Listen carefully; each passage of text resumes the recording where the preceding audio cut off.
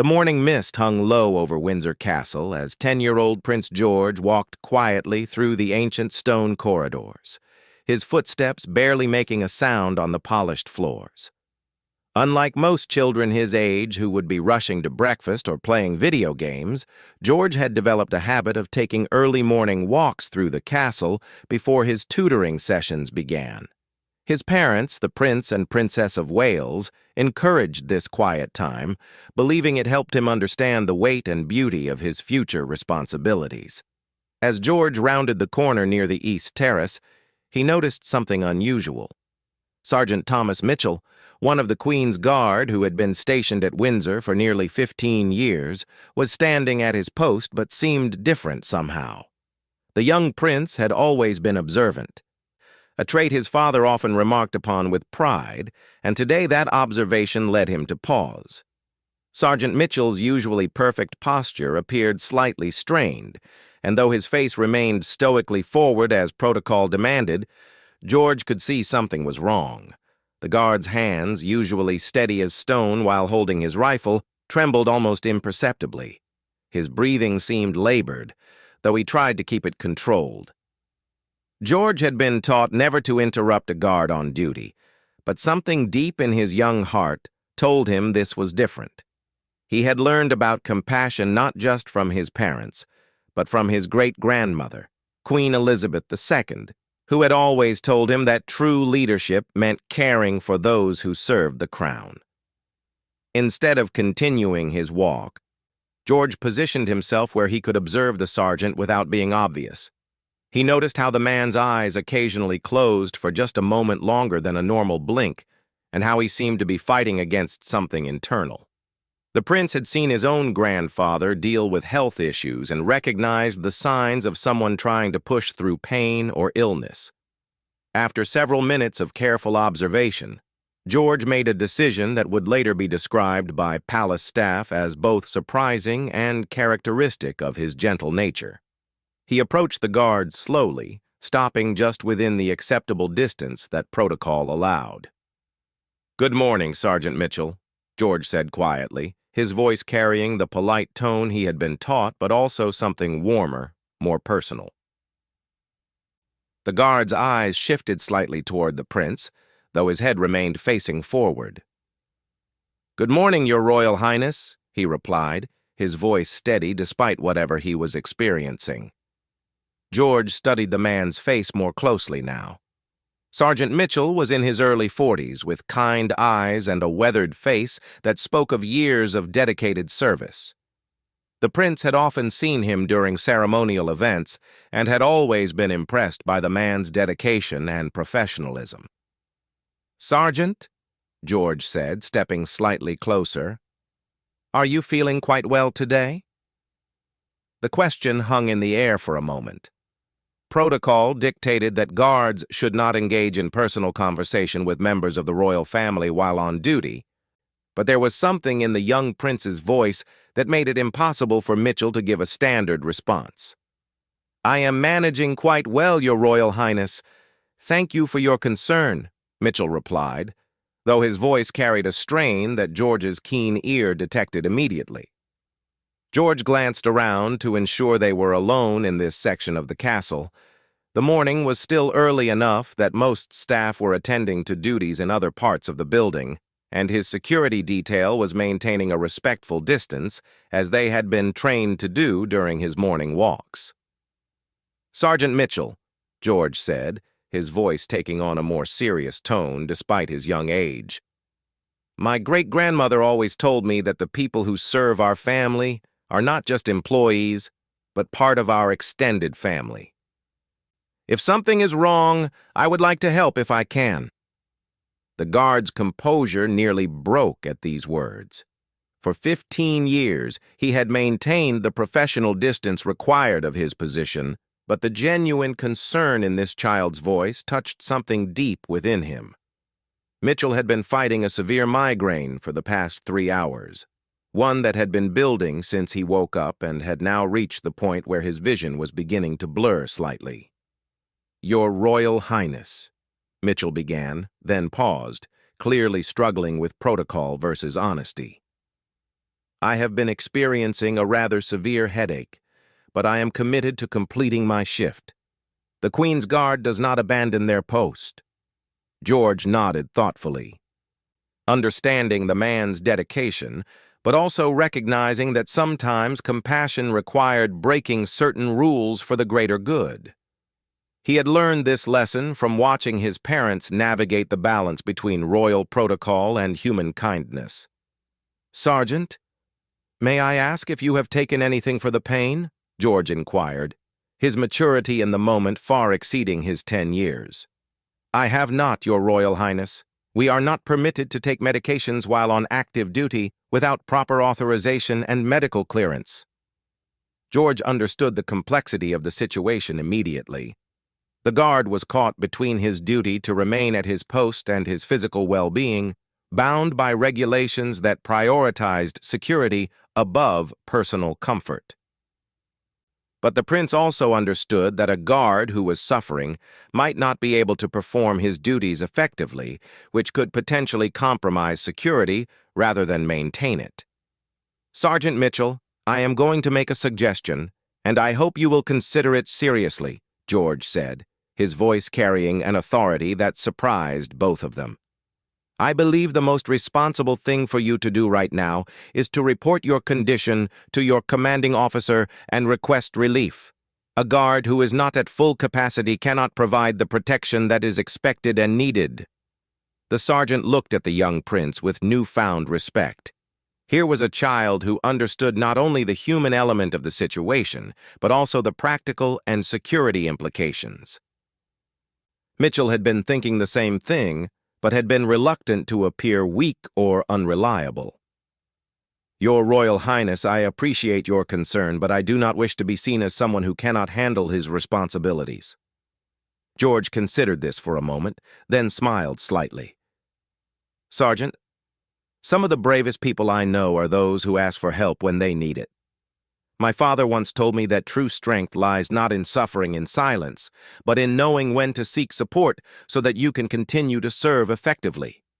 These words, spoken with such wisdom and kindness from someone so young, finally convinced Mitchell that the prince was right. The migraine was indeed affecting his ability to concentrate, and he knew that remaining at his post in this condition was not truly serving anyone well. "What would you suggest, Your Royal Highness?" Mitchell asked, his voice showing both gratitude and uncertainty. George thought carefully before responding. "I suggest that you request immediate relief from your commanding officer, explaining the medical situation honestly. I will, if you permit me, speak with my father about ensuring that such requests are handled with understanding and without any negative consequences to your service record." The offer was extraordinary. For a member of the royal family, especially one so young, to personally advocate for a guard was unprecedented. Mitchell felt a wave of emotion that he struggled to keep from showing on his face. "Your Royal Highness, that would be most generous of you, but I would not want to impose upon your father with such a small matter."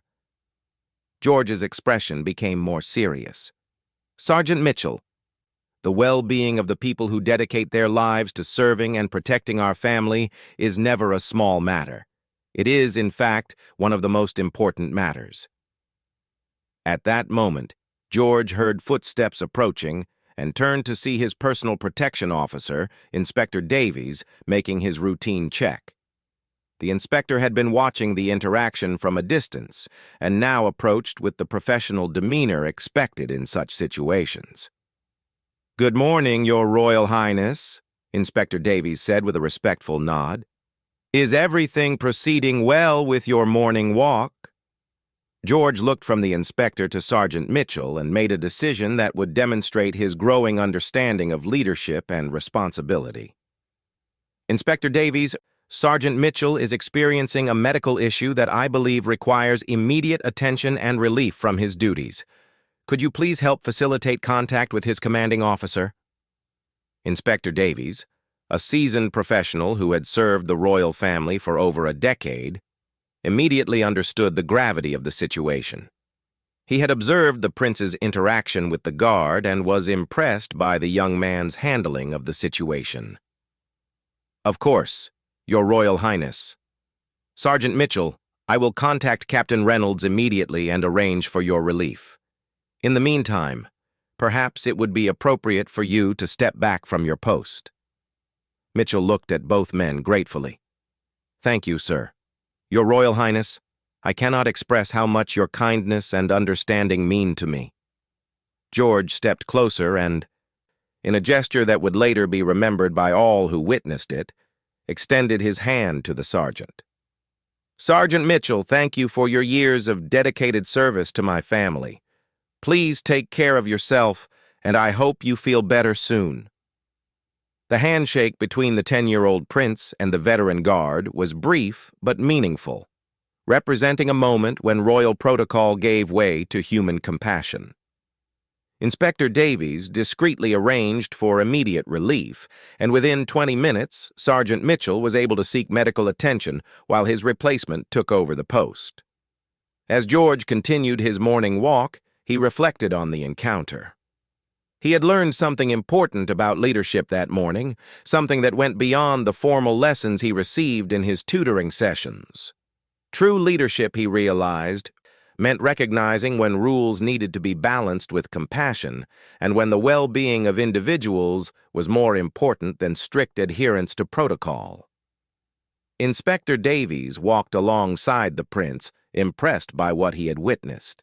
In his years of service, he had seen many members of the royal family demonstrate kindness and consideration, but there was something particularly striking about watching such mature judgment and genuine care come from someone so young. "Your Royal Highness," Inspector Davies said as they walked, "if I may say so, you handled that situation with remarkable wisdom and compassion." George considered the compliment seriously. "Inspector, I simply tried to think about what would be best for everyone involved, including Sergeant Mitchell's ability to do his job properly when he is feeling better." The inspector nodded with approval. "That is exactly the right approach, Your Royal Highness. Your great-grandmother would be very proud." As they rounded another corner of the castle, George encountered his tutor, Mr. Harrison, who was preparing for the morning's lessons. The elderly academic, who had been teaching members of the royal family for nearly 20 years, greeted the prince warmly. "Good morning, Your Royal Highness. I trust your walk was pleasant and uneventful?"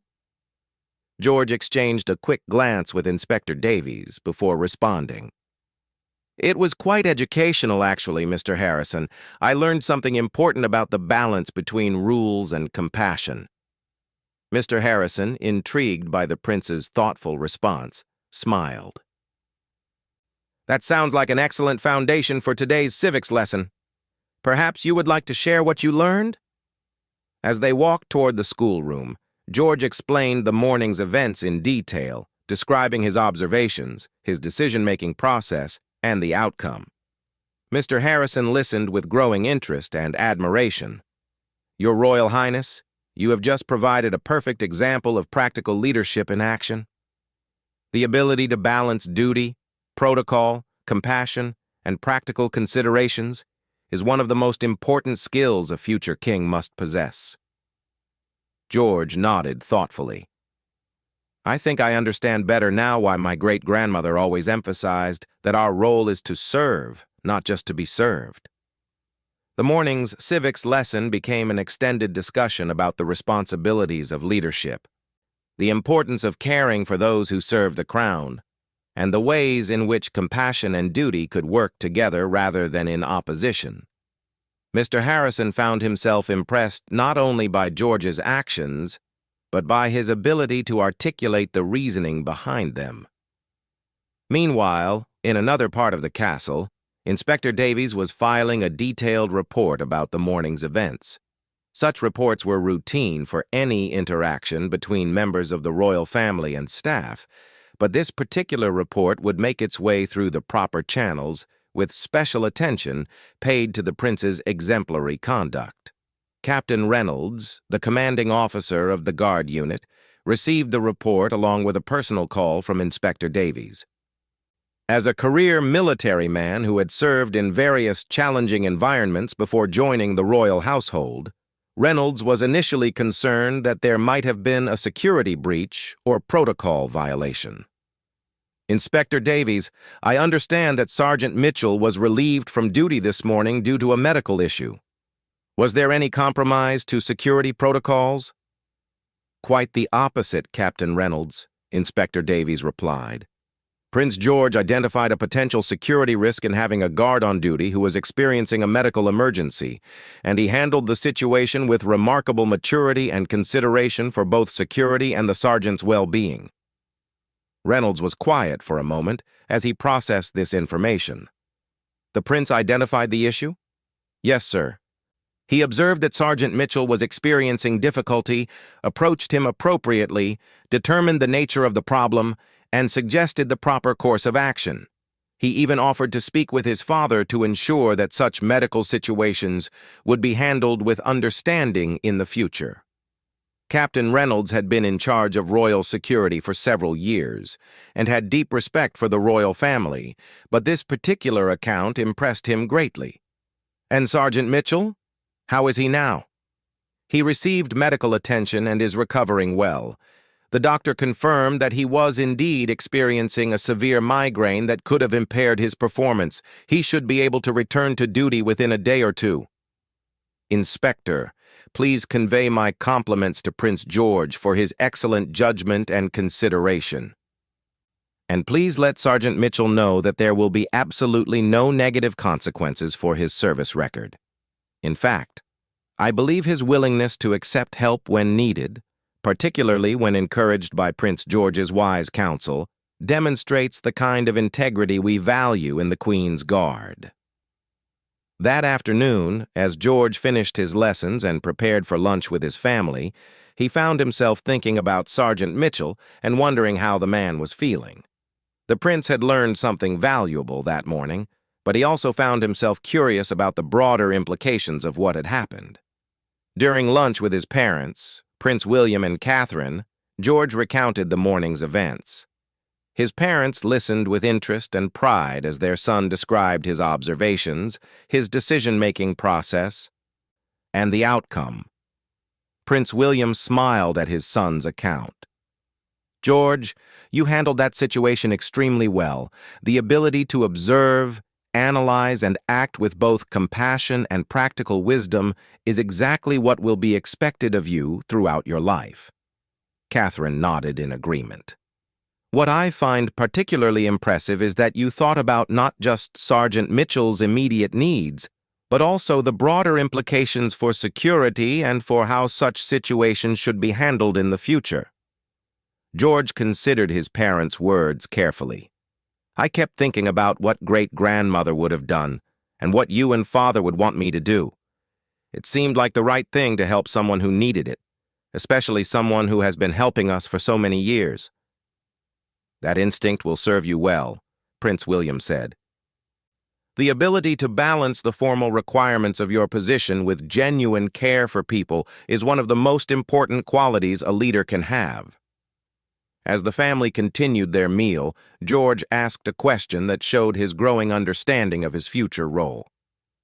"Father, are there official ways that we can make sure guards and other staff feel comfortable reporting when they need medical attention or other help?" Prince William exchanged a meaningful look with Catherine before responding. "That is an excellent question, George, and one that deserves a thoughtful answer. Perhaps we should look into the current policies and see if there are ways they could be improved." The conversation that followed would eventually lead to subtle but meaningful changes in how medical situations were handled among palace staff, though George would not learn about these changes until much later. As the day continued, word of the morning's events began to spread quietly through the appropriate channels of the royal household. Such news traveled not as gossip, but as a positive example of the values and character being demonstrated by the youngest generation of the royal family. Sergeant Mitchell, now recovered from his migraine and resting at his quarters, received a visit from Captain Reynolds later that afternoon. The captain brought not only official confirmation that there would be no negative consequences for his service record, but also a personal message of gratitude from Prince George, who had asked Inspector Davies to convey his hopes for the sergeant's swift recovery. "Sergeant Mitchell," Captain Reynolds said as they sat in the modest but comfortable quarters provided for senior guards, "I want you to know that your conduct today, and Prince George's, reflect the very best of what service to the Crown should represent." Mitchell nodded gratefully. "Sir, I must say that I have never encountered such wisdom and kindness from someone so young. Prince George's understanding of both the human and practical elements of the situation was remarkable." "Indeed," Reynolds agreed, "and your willingness to accept help when needed, particularly when encouraged by such thoughtful counsel, demonstrates exactly the kind of integrity and good judgment we value in our personnel." As evening approached, George found himself walking through the same corridors where the day had begun, but now with a deeper understanding of the responsibilities that would one day be his. He had learned that leadership was not just about making decisions from a position of authority, but about observing, understanding, and caring for the people whose lives intersected with his own. The day's events had shown him that the most important moments of leadership might not be the grand ceremonies or state occasions that the public would see, but the quiet interactions where compassion and practical wisdom could make a real difference in someone's life. Inspector Davies, completing his rounds for the day, reflected on what he had witnessed. In his years of service, he had seen many examples of royal kindness and consideration, but there was something particularly meaningful about watching such mature judgment emerge in someone so young. It gave him great confidence in the future of the monarchy and the values it would represent. As George prepared for bed that evening, he thought about Sergeant Mitchell and hoped the man was feeling better. He also thought about the lessons he had learned, not from books or formal instruction, but from a moment when human need had intersected with his ability to help. The prince fell asleep that night knowing that he had done something good, but not yet understanding the full impact that his quiet compassion would have on the palace, the royal household, and the broader understanding of what modern royal service could represent. 3 weeks had passed since the morning encounter between Prince George and Sergeant Mitchell, and the ripple effects of that moment were beginning to manifest in ways that surprised even the most seasoned palace staff. What had started as a simple act of kindness had evolved into something much more significant, touching the very heart of how the royal household operated. Private Secretary to the Prince of Wales, Sir Marcus Thornfield, sat in his oak-paneled office reviewing what had become known internally as the Mitchell Report. The document, originally a routine incident report filed by Inspector Davies, had made its way through various levels of the palace hierarchy and was now being examined as a case study in modern royal leadership. Sir Marcus had served the crown for over 30 years, having worked his way up from a junior administrative position to one of the most trusted roles in the royal household. In all his years of service, he had rarely seen a single incident generate so much positive attention and thoughtful discussion among senior staff. The report had first caught the attention of the master of the household, who had forwarded it to the private secretary's office with a note expressing admiration for Prince George's conduct. From there, it had been shared with the Lord Chamberlain's office, where it generated considerable interest as an example of how royal family members could effectively balance protocol with human compassion. But the report's journey through the palace hierarchy was only part of the story. What had really captured attention was the subsequent behavior and attitudes that had emerged among the guard staff and other palace employees in the weeks following the incident. Captain Reynolds knocked on Sir Marcus's door, carrying a folder that contained information that would further illuminate the significance of what had occurred that morning 3 weeks ago. "Sir Marcus, I have the follow-up information you requested regarding the staff response to the Prince George incident," Captain Reynolds said as he entered the office. "Please sit down, Captain." I'm quite interested to hear what you've discovered. Reynolds settled into the chair across from the private secretary's desk and opened his folder. Sir, the changes in staff morale and behavior have been quite remarkable. We've seen a significant increase in staff willingness to report medical issues, maintenance concerns, and other matters that affect their ability to perform their duties effectively. Sir Marcus leaned forward with interest. Can you elaborate on that? Certainly, sir. In the 3 weeks since the incident, we've had 5 guards request temporary medical relief for various conditions. Everything from minor injuries to prescription medication adjustments that might affect alertness.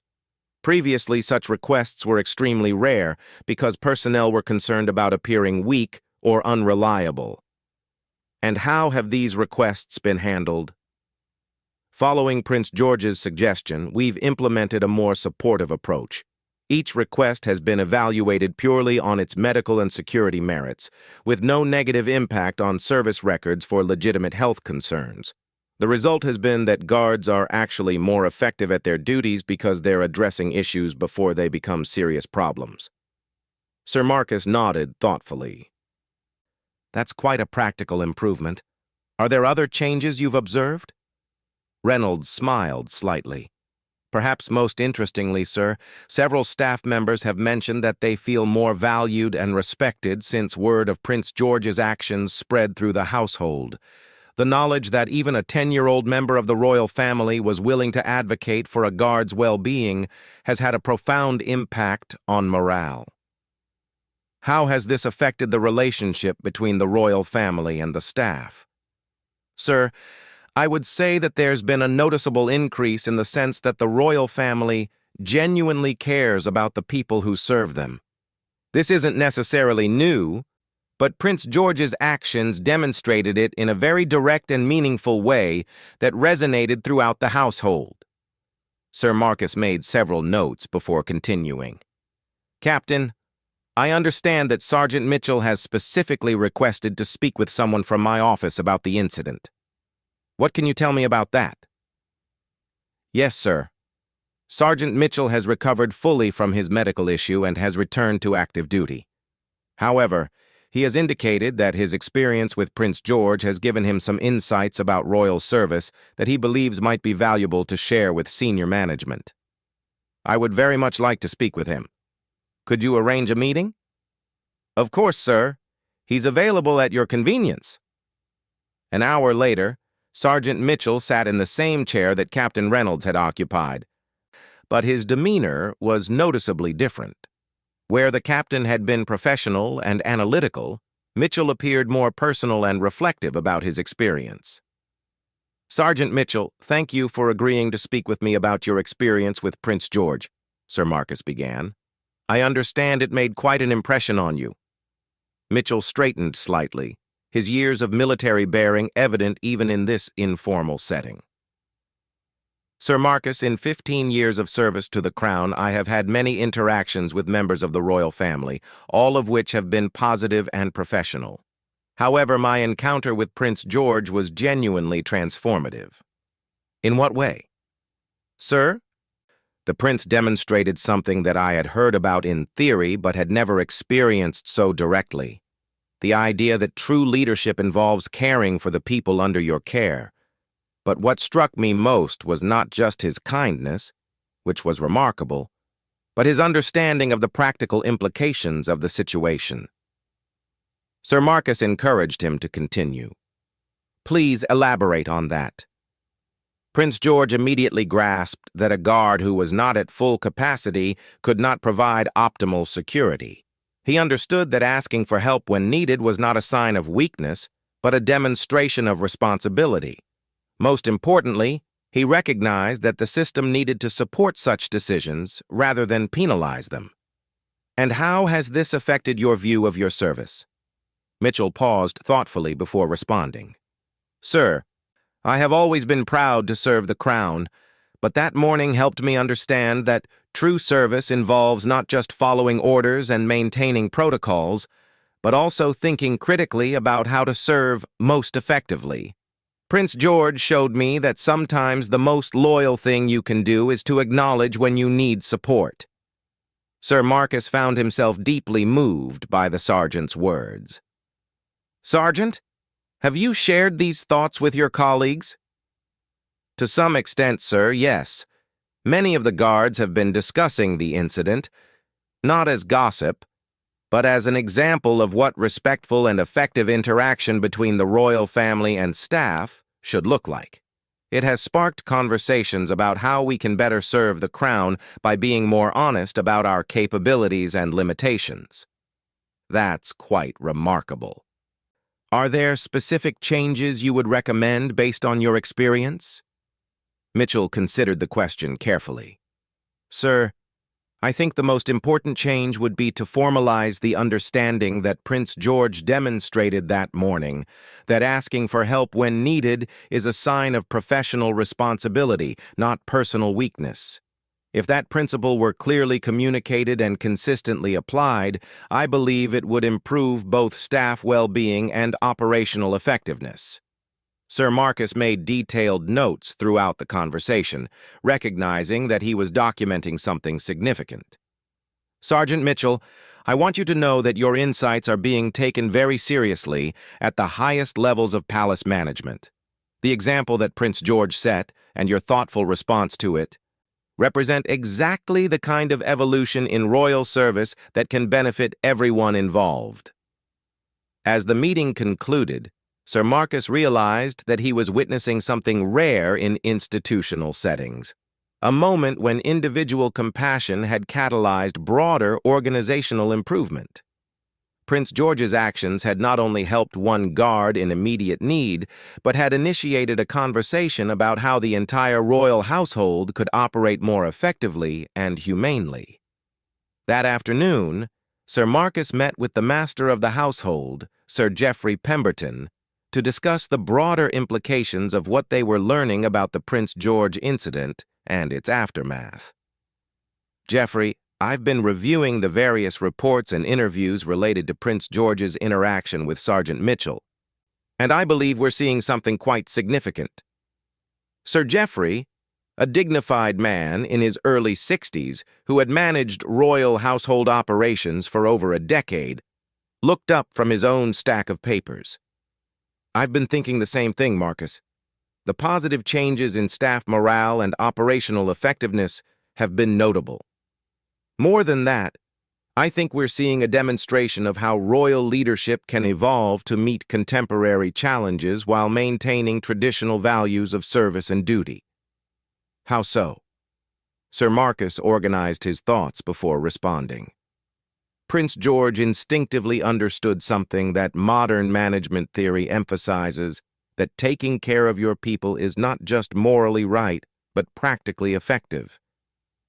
He created an environment where someone could ask for help without fear of negative consequences, and the result was improved security rather than compromised security. Sir Geoffrey nodded slowly. "That's a sophisticated understanding for someone his age. It suggests that his preparation for future responsibilities is proceeding quite well." "Indeed. But I think there's a broader lesson here about how the monarchy can maintain its relevance and effectiveness in the modern era. The traditional values of duty, service, and care for others remain constant, but the methods of expressing those values can evolve. Are you suggesting that we should formalize some of the changes that have emerged naturally from this incident?" Sir Marcus leaned forward with enthusiasm. "I think we should consider it very seriously. The improvements in staff morale, operational effectiveness, and the sense of mutual respect between the royal family and household staff have been remarkable. If we can identify the underlying principles and apply them more broadly, we could see significant benefits." "What kind of formalization are you thinking about?" "Perhaps updated guidelines for how medical and personal issues are handled among staff. Clearer communication that asking for help is viewed as professional responsibility rather than weakness, and maybe some training for senior staff on how to balance protocol requirements with human needs." Sir Geoffrey considered this carefully. "Those are sensible suggestions. But I think we should also consider consulting with Prince William and Princess Catherine about their son's actions and what they suggest about his development as a future leader. Agreed. I believe they would be quite proud of what their son accomplished, and they might have insights about how to build on this experience. The conversation between Sir Marcus and Sir Geoffrey was part of a broader pattern of discussion that was taking place throughout the palace hierarchy. Senior staff were recognizing that Prince George's actions had demonstrated something important about effective leadership, and were considering how those lessons could be applied more broadly. Meanwhile, in the royal apartments, Prince George was experiencing his own continuation of the lessons from that morning 3 weeks earlier. His tutoring sessions with Mr. Harrison had taken on a more practical focus, exploring real-world applications of the leadership principles he had demonstrated. Your Royal Highness, I've been thinking about your handling of the situation with Sergeant Mitchell, and I believe it provides an excellent foundation for understanding some fundamental principles of good governance, Mr. Harrison said as they sat in the comfortable study where much of George's education took place. George looked up from the book he had been reading about British constitutional history. What kind of principles, Mr. Harrison? Well, consider what you did that morning. You observed a problem, analyzed the situation, considered multiple perspectives, and implemented a solution that addressed both immediate and long-term concerns. Those are exactly the kinds of skills that effective leaders need. George nodded thoughtfully. I was just trying to help someone who needed it. Yes, but the way you went about helping demonstrates remarkable judgment. You didn't just react emotionally. You thought through the practical implications and found a solution that served everyone's interests. You mean thinking about how Sergeant Mitchell's condition might affect security? Exactly.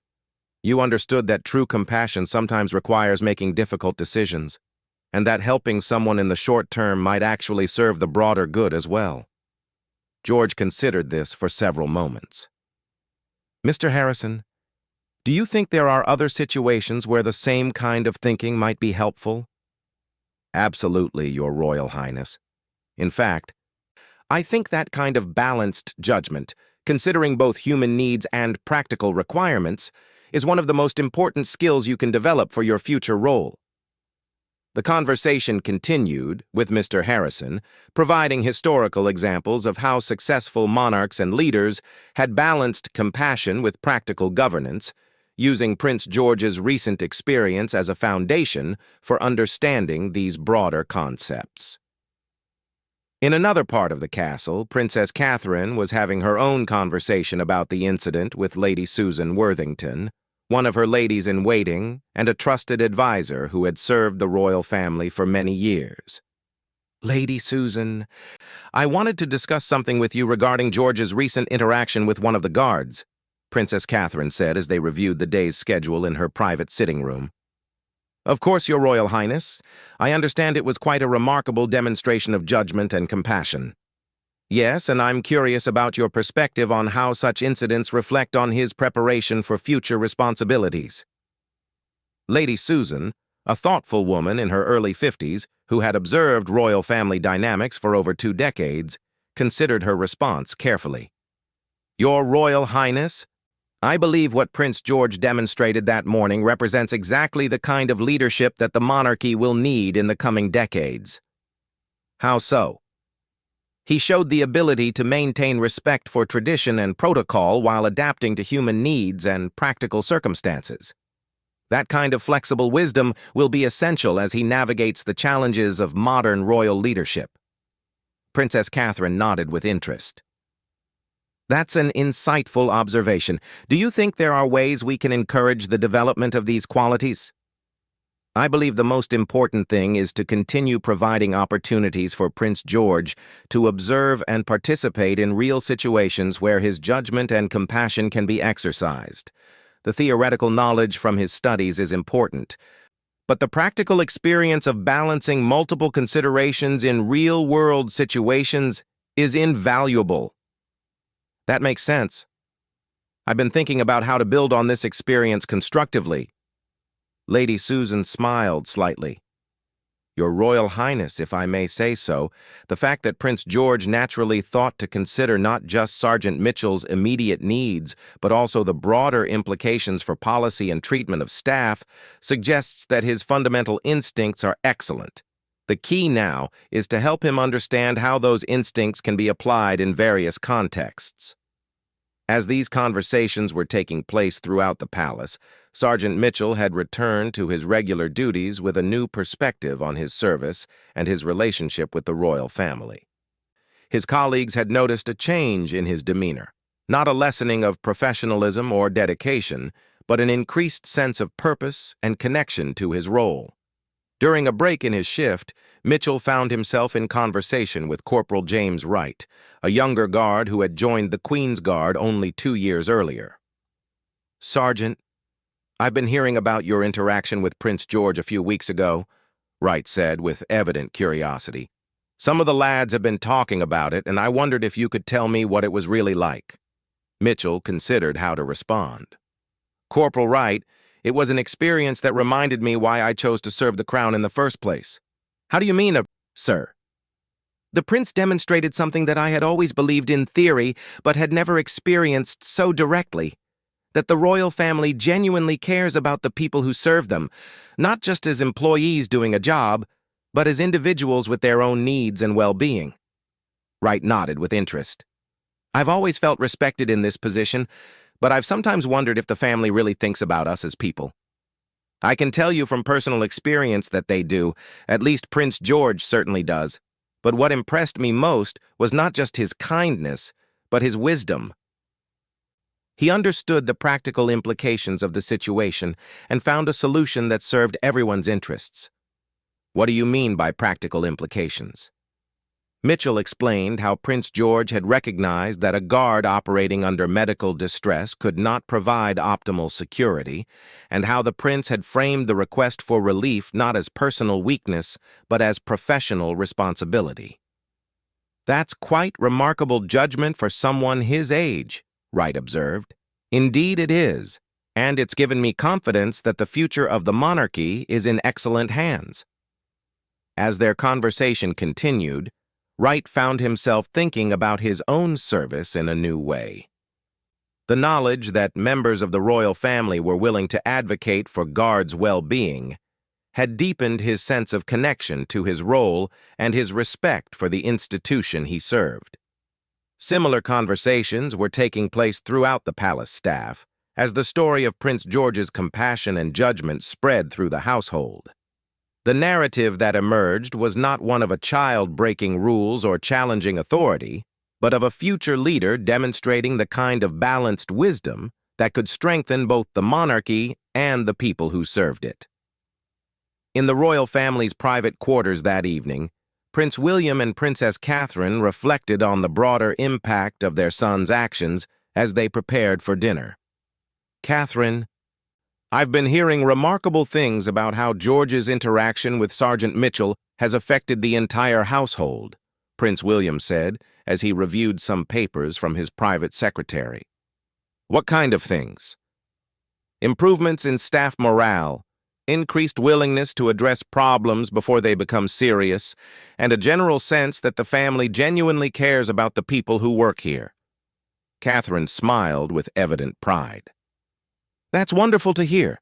I've been so impressed with how George handled the situation, but it's even better to know that it's had positive effects beyond just that one incident. I think it demonstrates something important about the kind of king he has the potential to become. The ability to inspire positive change through personal example is one of the most powerful leadership tools available to the monarchy. Do you think we should speak with him about the broader impact of his actions?" Prince William considered this carefully. "I think we should acknowledge what he's accomplished, but in a way that encourages him to continue developing these instincts rather than making him self-conscious about them."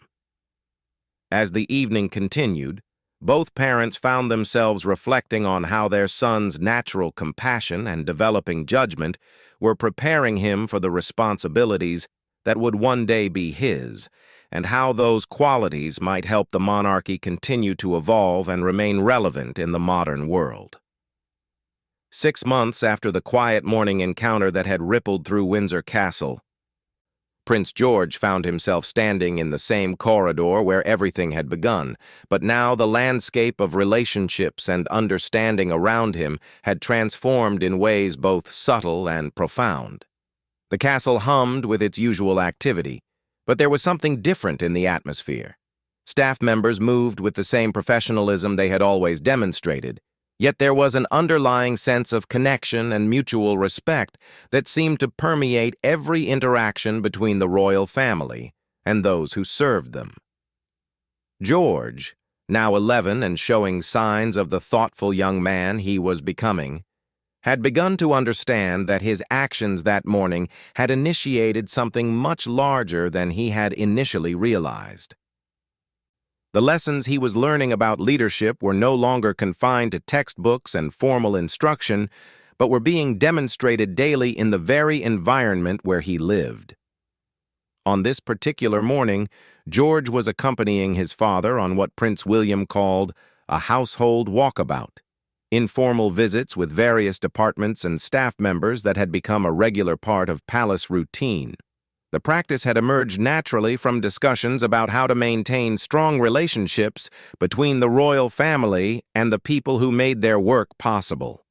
Their first stop was the security offices, where Captain Reynolds greeted them with the formal respect due to their positions, but also with the warmth that had developed through months of improved communication and mutual understanding. "Your Royal Highnesses, thank you for visiting our department," Captain Reynolds said, as he led them through the well-organized offices where guard schedules were maintained and security protocols were coordinated. "Captain Reynolds, we wanted to check in on how things have been progressing with the various policy adjustments that have been made over the past few months," Prince William said, referring to the formalization of support systems for staff that had emerged from George's initial encounter with Sergeant Mitchell. "Sir, I'm pleased to report that the changes have been remarkably successful. We've seen a significant improvement in operational effectiveness, staff morale, and overall communication between management and personnel." George listened with interest as Captain Reynolds explained how the new approach to handling medical issues and personal concerns had actually enhanced security rather than compromising it. Guards who felt supported were more alert, more willing to communicate potential issues, and more committed to their duties. "Captain, may I ask about Sergeant Mitchell specifically?" George inquired, his voice showing the maturity that had developed over the past months. "Of course, Your Royal Highness. Sergeant Mitchell has become something of an informal mentor to newer guards, sharing his experience about how to balance personal well-being with professional responsibility. He's also been instrumental in helping us develop training materials that emphasize the importance of honest communication about any factors that might affect performance." Prince William smiled with evident pride at his son's continued interest in the people affected by his actions. "That sounds like an excellent development." "Indeed, sir. Sergeant Mitchell asked me to convey his continued gratitude to Prince George, not just for the initial assistance, but for the broader changes that have resulted from that interaction." As they continued their tour, George noticed things that he might not have observed months earlier. The way staff members interacted with each other showed a level of mutual respect and support that went beyond mere professional courtesy. There were quiet moments of checking in on colleagues, offers of assistance with challenging tasks, and an overall atmosphere that suggested people felt valued and cared for. Their next stop was the household management offices, where Sir Geoffrey Pemberton welcomed them into the administrative heart of palace operations. "Your Royal Highnesses, I'm delighted to show you some of the improvements we've been able to implement based on the insights that emerged from Prince George's exemplary leadership several months ago." Sir Geoffrey led them through various departments, explaining how the principle of supporting staff in addressing concerns before they became serious problems had been applied across multiple areas of palace operations. "We found that when people feel comfortable raising issues early, We can address them more effectively and with less disruption to overall operations, Sir Geoffrey explained. It's a principle that applies whether we're talking about equipment maintenance, staffing concerns, or personal issues that might affect someone's work. George asked thoughtful questions about how these policies were communicated to new staff members and how they were ensuring that the improvements would be sustained over time. His questions demonstrated not just curiosity, but a developing understanding of how institutional change required ongoing attention and reinforcement. Prince William observed his son's engagement with evident satisfaction. The young man was naturally developing the skills and instincts that would serve him well throughout his life, and he was doing so through genuine interest in the well-being of others rather than through abstract study alone. During their visit to the kitchens, they met with Mrs. Elizabeth Harper, the head cook, who had supervised royal meals for over 20 years. She had requested to speak with them about how the atmosphere of increased communication and support had affected her department. Your Royal Highnesses, I wanted you to know how much the changes in palace culture over the past months have meant to all of us in the kitchen, Mrs. Harper said with evident emotion in her voice. What kind of changes have you observed, Mrs. Harper? George asked with genuine interest. Your Royal Highness, people feel more comfortable speaking up when they have ideas for improvement or when they're facing challenges that might affect their work. Just last month, one of our junior cooks mentioned that she was having difficulty with a particular technique. Instead of struggling alone, she felt comfortable asking for help, and we were able to provide additional training that improved not just her skills, but the overall quality of our service. Prince William nodded approvingly. That sounds like exactly the kind of supportive environment we hope to maintain. More than that, sir. There's a sense that everyone's contribution is valued and that we're all working together toward the same goals. It's made our work more enjoyable and more effective. George listened to Mrs. Harper's words with the same attention he had shown during his initial encounter with Sergeant Mitchell. He was beginning to understand that leadership involved not just making decisions in moments of crisis, but creating environments where people could do their best work and feel valued for their contributions. As they left the kitchens, Prince William and George walked together through the corridors, and the father took the opportunity to share some observations with his son. George, I've been watching how you interact with the staff during these visits, and I'm impressed by your continued interest in their well-being and their perspectives. George considered his father's words carefully.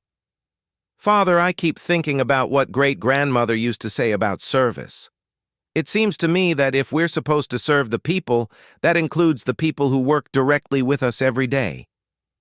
That's exactly right. And your actions 6 months ago and your continued attention to these relationships demonstrate that you understand something essential about modern royal leadership. What's that? Prince William paused in their walking to give his answer proper consideration. You understand that real authority comes not from demanding respect, but from earning it through genuine care for others and through demonstrating that their well-being matters to you. As they continued their walk, they encountered Sergeant Mitchell completing his rounds. The sergeant greeted them with the proper protocol, but also with an evident warmth that reflected the ongoing relationship that had developed since that morning months earlier. Good morning, Your Royal Highnesses, Sergeant Mitchell said with a respectful nod. Good morning, Sergeant Mitchell, George replied. How are you feeling today? The question, which might have seemed routine, carried a deeper significance that all three understood. It represented not just polite inquiry, but genuine ongoing concern for the sergeant's well-being. Very well, Your Royal Highness. Thank you. I wanted to let you know that the young guards I've been working with often ask about your interaction with me that morning. It's become part of how we discuss what it means to serve effectively while taking care of yourself. George smiled slightly. I'm glad that it's been helpful, Sergeant Mitchell. Your Royal Highness, it's been more than helpful. It's been transformative, not just for me personally, but for how all of us think about our service and our relationship with the royal family. Prince William listened to this exchange with deep satisfaction. His son had learned to accept gratitude gracefully while remaining focused on the ongoing welfare of others rather than taking personal credit for past actions. As Sergeant Mitchell continued his rounds, father and son made their way to one of the castle's libraries, where Prince George's education continued with Mr. Harrison, but now included regular discussions about practical applications of leadership theory.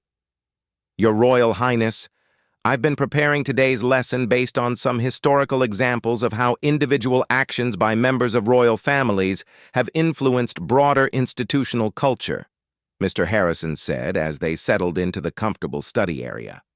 What kind of examples, Mr. Harrison?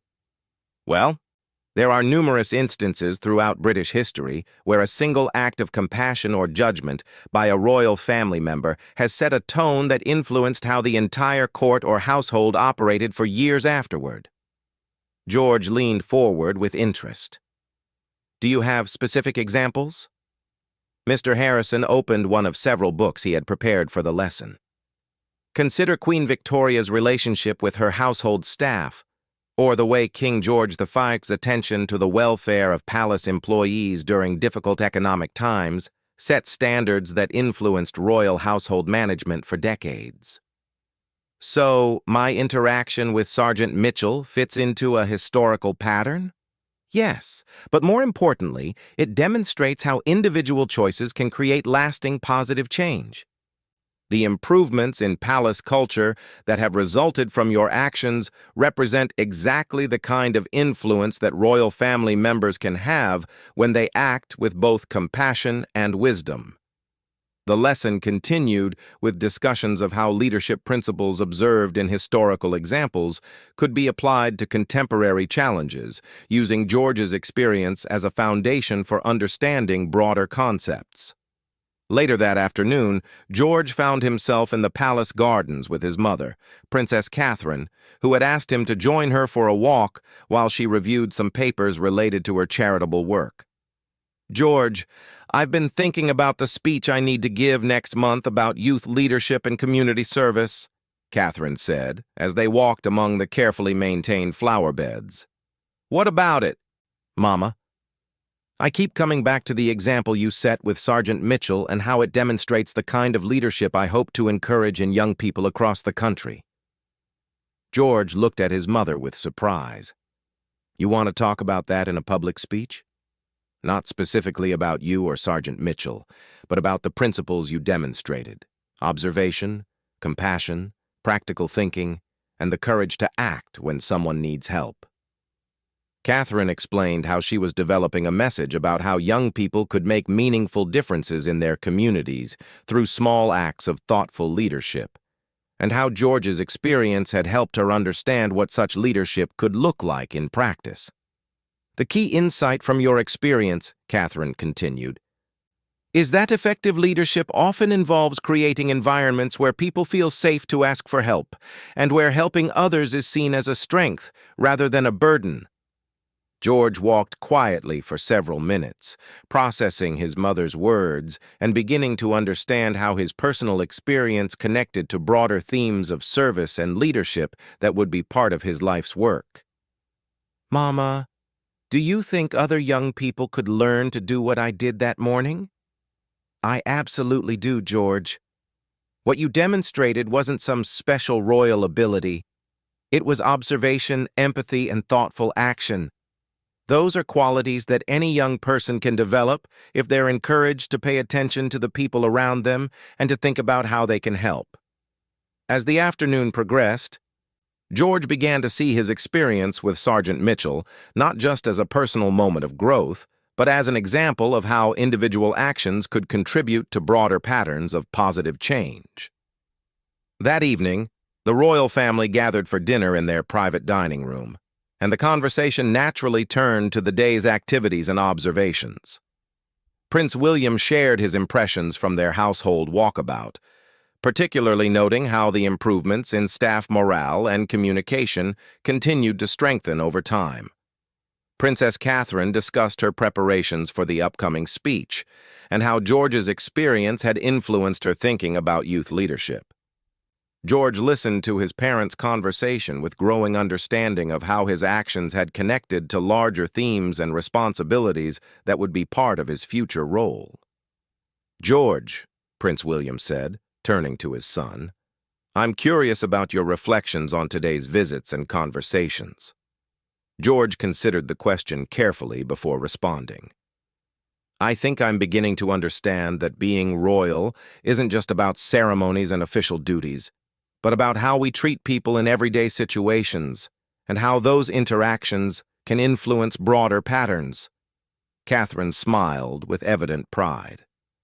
"That's a very mature observation, George. I also think that what happened with Sergeant Mitchell taught me that leadership is often about creating situations where people can do their best work and feel respected, rather than just making decisions or giving orders." Prince William exchanged a meaningful look with his wife before responding. "George, that understanding will serve you well throughout your life. The ability to inspire positive change through personal example and genuine care for others is one of the most powerful tools available to any leader, but particularly to members of our family." As the evening continued, George found himself thinking about the future and how the lessons he had learned over the past months might apply to the broader responsibilities that awaited him. Several weeks later, Princess Catherine delivered her speech about youth leadership to a gathering of young people involved in community service projects across the United Kingdom. Without mentioning specific individuals or incidents, she spoke eloquently about the power of observation, empathy, and thoughtful action in creating positive change. "True leadership," she told her audience, "often begins with simply paying attention to the people around us and asking ourselves how we can help. It requires the courage to act when we see a need, the wisdom to think through the practical implications of our actions, and the humility to recognize that helping others strengthens everyone."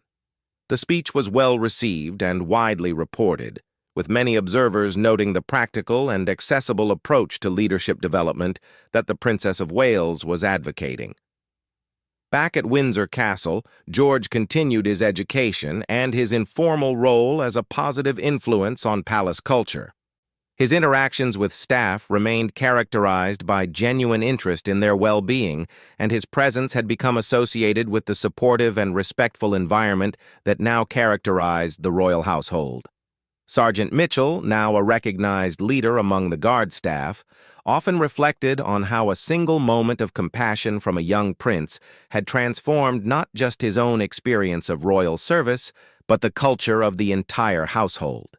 Captain Reynolds, in his regular reports to senior palace management, continued to document improvements in staff satisfaction, operational effectiveness, and the overall quality of relationships between the royal family and those who served them. Sir Marcus Thornfield, in his role as private secretary, had begun incorporating the lessons learned from George's example into the orientation and training programs for new palace staff, ensuring that the culture of mutual respect and supportive communication would continue to develop and strengthen. As autumn arrived at Windsor Castle, bringing with it the changing colors that had graced the royal residence for centuries, Prince George walked the same corridors where his journey toward understanding leadership had begun. But now he walked with a deeper appreciation for the responsibility that came with his position and the opportunity it provided to make a positive difference in the lives of others. The young prince had learned that true royal service involved not just grand gestures and public ceremonies, but the daily practice of treating every person with dignity and respect. He had discovered that leadership was often quiet and subtle, manifesting in how one responded to unexpected situations and in the kind of environment one created through consistent behavior and genuine care for others. Most importantly, George had come to understand that the legacy of his actions would be measured not in immediate recognition or praise, but in the lasting positive changes that resulted from choosing compassion and wisdom over rigid adherence to rules and hierarchy.